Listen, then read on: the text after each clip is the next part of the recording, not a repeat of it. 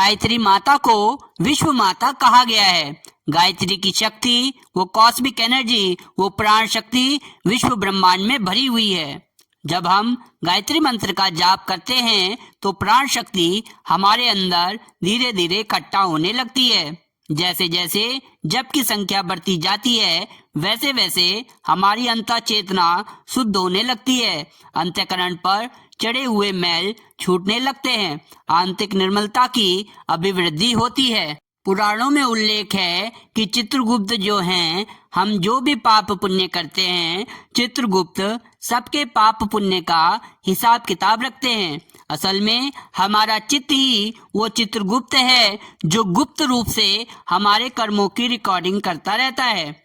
कहा भी गया है, जैसी चित्त की चेतना वैसा ही परिणाम। मतलब जैसे हमारी चित्त की चेतना होती है उसी हिसाब से हमारे सामने वो परिस्थिति, वो रिजल्ट होते हैं। जब हम गायत्री मंत्र का जाप करते हैं तो हमारे जन्म जन्मांतरों के संचित पाप नष्ट होते हैं और हमारा चित्त शुद्ध होता है। और जब गायत्री मंत्र का जब नित्य जप किया जाता है, जैसे जैसे जप की संख्या बढ़ती जाती है, जिस अनुपात में जप की संख्या बढ़ती है उसी अनुपात में अलौकिक शक्तियों का आभास होने लगता है।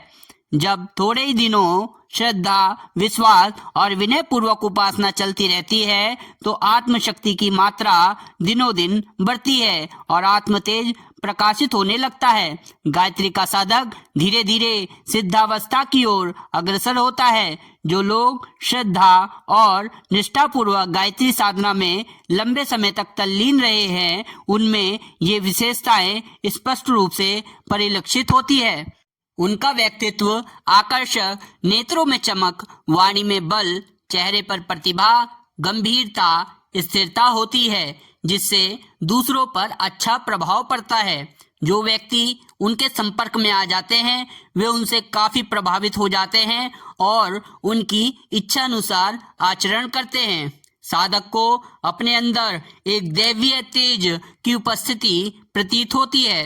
वह अनुभव करता है कि उसके अंतःकरण में कोई नई शक्ति काम कर रही है। बुरे कामों से उसकी रुचि हटती जाती है और भले कामों में उसका मन लगता है। कोई बुराई बन पड़ती है तो उसके लिए उसे बड़ा खेद, पश्चाताप होता है। सुख के समय में, वैभव में अधिक आनंद न होना, दुख, कठिनाई और आपत्ति में धैर्य खोकर कर्तव्य में मूढ़ न होना उसकी विशेषता होती है।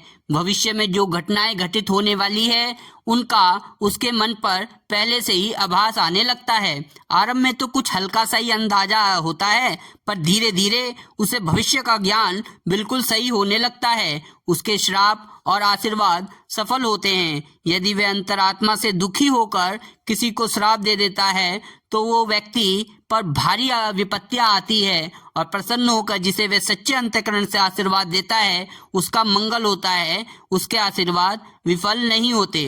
वह दूसरों के मनोभावों को देखते ही पहचान लेता है। कोई व्यक्ति कितना भी छिपावे उसके सामने वह भाव छिपता नहीं है। वह किसी के भी गुण, दोष, विचारों और आचरणों को पारदर्शी की तरह सूक्ष्म दृष्टि से देख सकता है।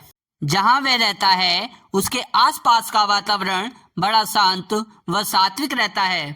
उनके पास बैठने वाला जब तक वे समीप रहते हैं अपने अंदर अद्भुत शांति, सात्विकता व पवित्रता अनुभव होती है। उन्हें स्वप्न में या जागृत अवस्था में, ध्यानस्थ अवस्था में रंग बिरंगे प्रकाश पुंज, दिव्य ध्वनियाँ, दिव्य प्रकाश, दिव्य वाणियाँ सुनाई पड़ती है। कोई अलौकिक शक्ति उनके साथ बार बार छेड़खानी या खिलवाड़ करती हुई दिखाई पड़ती है। उसे अनेकों प्रकार से ऐसे दिव्य अनुभव होते हैं जो बिना अलौकिक शक्ति के प्रभाव के साधारणता नहीं होते। साधक में तेज, ओज, हल्कापन, चैतन्य, उत्साह आ जाता है। गायत्री साधना से प्राप्त हुई शक्ति का अपव्यय नहीं करना चाहिए क्योंकि अपव्यय करने से ये शक्ति घट जाती है।